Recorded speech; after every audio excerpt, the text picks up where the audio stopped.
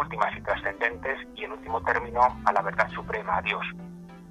Una cuestión esta, la de Dios, que por lo demás la razón positivista considera como no científica o como precientífica.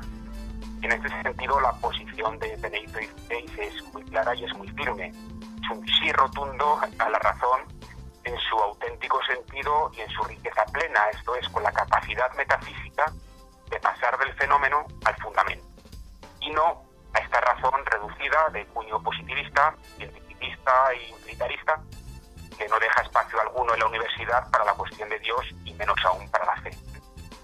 Y es dentro de este horizonte donde, ya más concretamente respondiendo a la pregunta que usted me hacía, podemos comprender la posición de Benedicto XVI respecto de la ciencia, que podemos formular sintéticamente como un sí a las ciencias, por supuesto, no al cientificismo. ¿Por qué? Pues porque la realidad, dice Benedicto XVI, es tremendamente rica, presenta distintas dimensiones y modos de manifestación que son incapaces de ser abarcados por una mera razón cientificista. Por tanto, frente a la estrechez de la racionalidad cientificista, él reivindica la defensa de la amplitud de la racionalidad, capaz de ejercer diversos métodos según la naturaleza del objeto a conocer. O por decirlo de otro modo más claro, lo inmaterial o espiritual no puede ser abordado con métodos que corresponden a lo material. Por eso, volviendo a la cuestión de la universidad, Benedicto XVI insiste en que ésta debe esforzarse por reconciliar el impulso a la especialización, una especialización que es buena y totalmente necesaria, digo que reconciliarla con la necesidad de preservar la unidad del saber. Es decir, que frente a una fragmentación del saber, el Papa propone, reivindica la comunicación y la participación mutuas entre los distintos saberes, es decir, reivindica una auténtica universidad.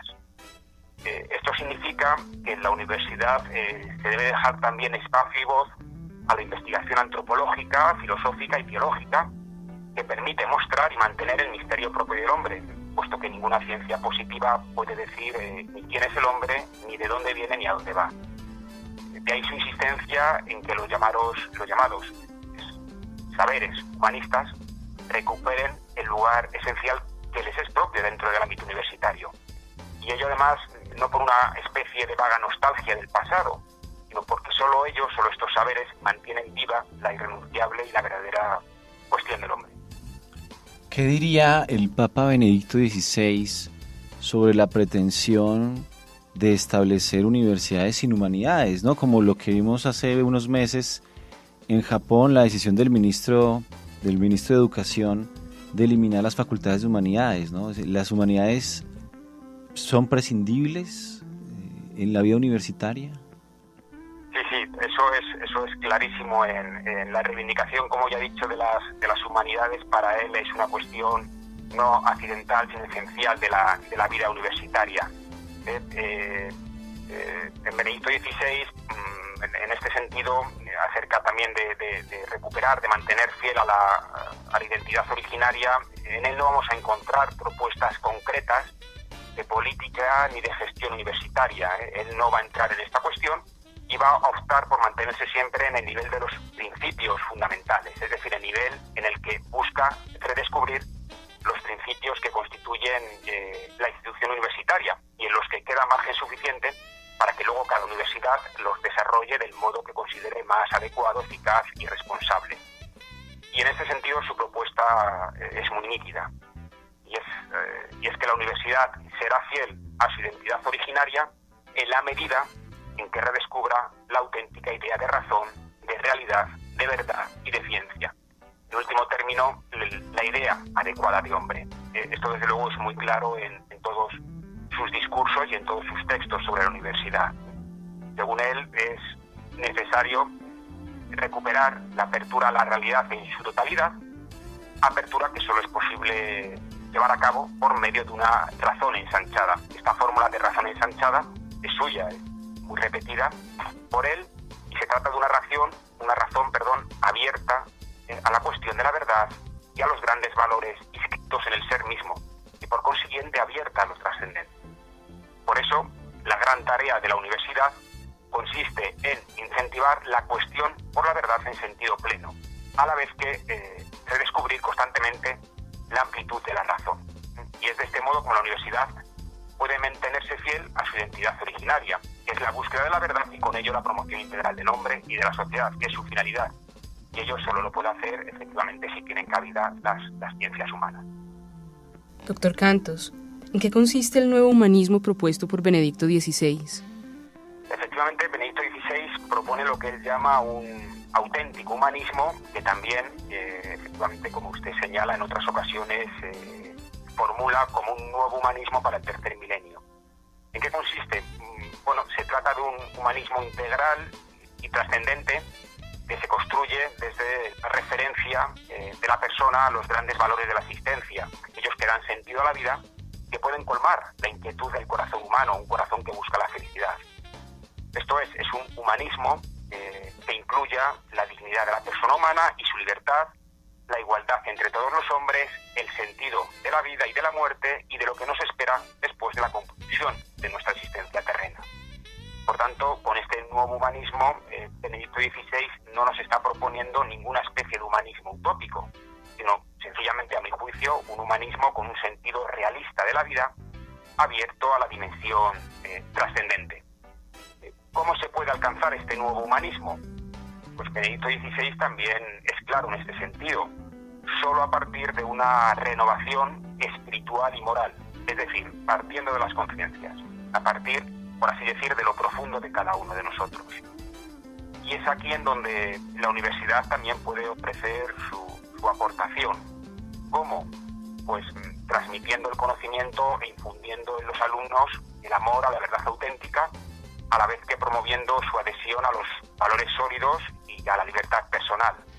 Es decir, con una universidad que ponga en el centro a la persona en toda su integridad y en todo su misterio.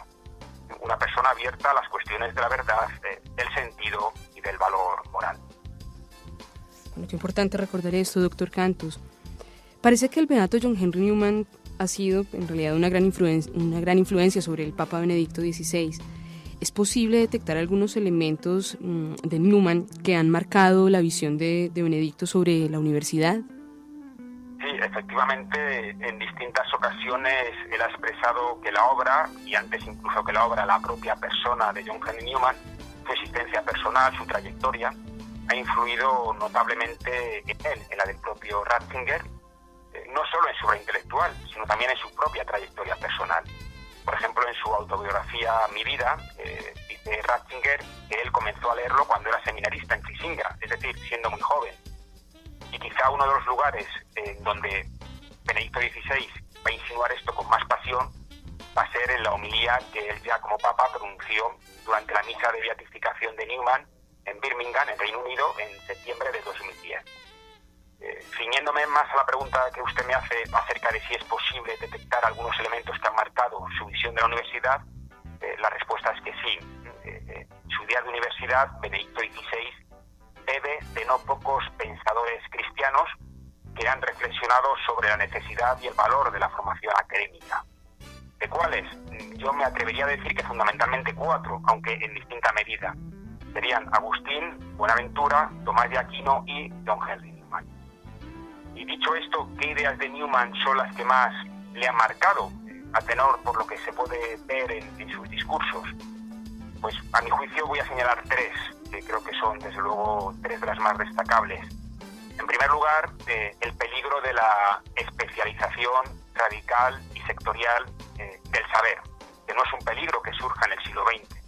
¿Por qué? Porque ya en el siglo XIX, por ejemplo, Newman, dirigiéndose específicamente a la universidad, ya alertaba contra este riesgo y contra el de ciertos especialistas científicos que, como dice Newman, son excelentes en lo suyo, pero que sin embargo solo saben de lo suyo. Un segundo lugar, es su reivindicación, la reivindicación de Newman también, de que la universidad transmita aquellos valores fundamentales, verdaderos y perennes, que forman parte del patrimonio indispensable de una verdadera humanidad y que son esenciales para el desarrollo integral de la persona humana. Esta idea de Newman también la retoma, la encontramos en Benedicto XVI. Y la tercera idea, pero que quizás sea la que más influye en Papa Ratzinger, es su doctrina sobre la conciencia.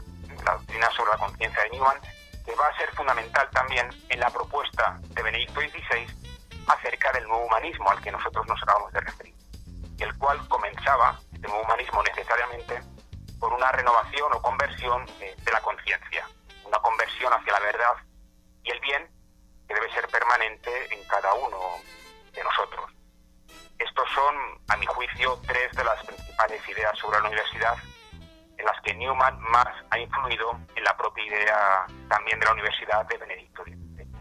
Doctor Cantos, si no me equivoco, en la Constitución Ex Corde Ecclesiae sobre las universidades católicas se menciona pues el deber de que en la Universidad Católica se anuncie la persona de Jesucristo, ¿cierto? Pero a la vez pues nos encontramos con sociedades, ya lo habíamos mencionado, pues muy pluralistas, ¿no? A veces muchos de los estudiantes, de los profesores no son creyentes, ¿no? ¿Cómo conciliar, digamos, este impulso de la Universidad Católica por anunciar el mensaje del Evangelio con el respeto también digamos, de esa pluralidad y, digamos, por usar un término un poquito más contemporáneo, de no hacer como proselitismo, ¿no? De respetar también esa libertad de las personas? Me estoy saliendo un poquitico del tema, doctor Cantos. Sí, no sé si le he oído muy bien la pregunta, porque el sonido se va y viene. Me parece que la pregunta va un poco dirigida al lugar que dentro del ámbito universitario puede ofrecer también una universidad católica, ¿verdad? No sé si le he entendido bien. Sí, doctor. Sí, ¿cómo conciliar el impulso evangelizador con el no hacer proselitismo y respetar, digamos, ese pluralismo en el campo universitario? Sí, yo diría que lo primero que tiene que hacer siempre la fe cristiana, cuando, en este caso, queremos la teología o el pensamiento cristiano, cuando dialoga con el resto de ciencias, es por supuesto siempre respetar la metodología propia de cada una de las disciplinas. Lógicamente cada una de ellas tiene un método propio y este debe ser siempre respetado. Esto ya lo reivindicaron en el siglo XIII, pues sin ir más lejos, pensadores cristianos como Bonaventura o Tomás de Aquino, que fueron los primeros en separar con claridad lo que era la filosofía de la teología. Y esta ha sido una reivindicación permanente también del pensamiento cristiano. Bien, a partir de aquí, de esta separación, de esta nivelación metodológica, el cristianismo defiende que el ser humano, el corazón del ser humano, la inteligencia del ser humano está abierta a una verdad última que deben buscar entre todas las disciplinas. Y aquí el cristianismo es portador también de un mensaje, de una verdad última que ha sido revelada, y en esta medida la ofrece también, la propone también como respuesta a la cuestión de la verdad y del sentido, por supuesto, efectivamente siempre en el respeto de la libertad. Al final la revelación cristiana va dirigida a la razón humana, pero también por supuesto a la libertad humana. Salirnos de este respeto pues es caer en posturas fundamentalistas que desde luego no son cristianas, por supuesto. Doctor, una última pregunta, y agradecemos nuevamente su tiempo y su paciencia, hacernos un espacio en su agenda. Me salgo un poquito del tema. El Papa Francisco ya tiene unos 2-3 años de pontificado y en diversas ocasiones ha hablado a profesores universitarios, al mundo universitario. ¿Qué continuidades, qué énfasis, qué desarrollos de pronto usted ha encontrado en el Papa Francisco, ¿no? Sé que su experticia sobre todo está en el Papa Benedicto XVI, pero no sé si ha tenido la oportunidad de mirar cómo esta idea de universidad va evolucionando también en la figura del actual pontífice. Sí, efectivamente. Bueno, digo igual, no sé si he oído muy bien la pregunta. Creo que me pregunta usted a grandes líneas cuáles son también las enseñanzas que los discursos de Francisco podemos sonsacar acerca de la universidad. Pues diría un poco lo que no he dicho aquí, es decir, dentro de la gran tradición, Benedicto XVI en el fondo no inventa nada respecto de la enseñanza suya acerca de la idea de universidad. Una de sus fuentes de las que bebe Benedicto XVI, aparte de su propia experiencia personal,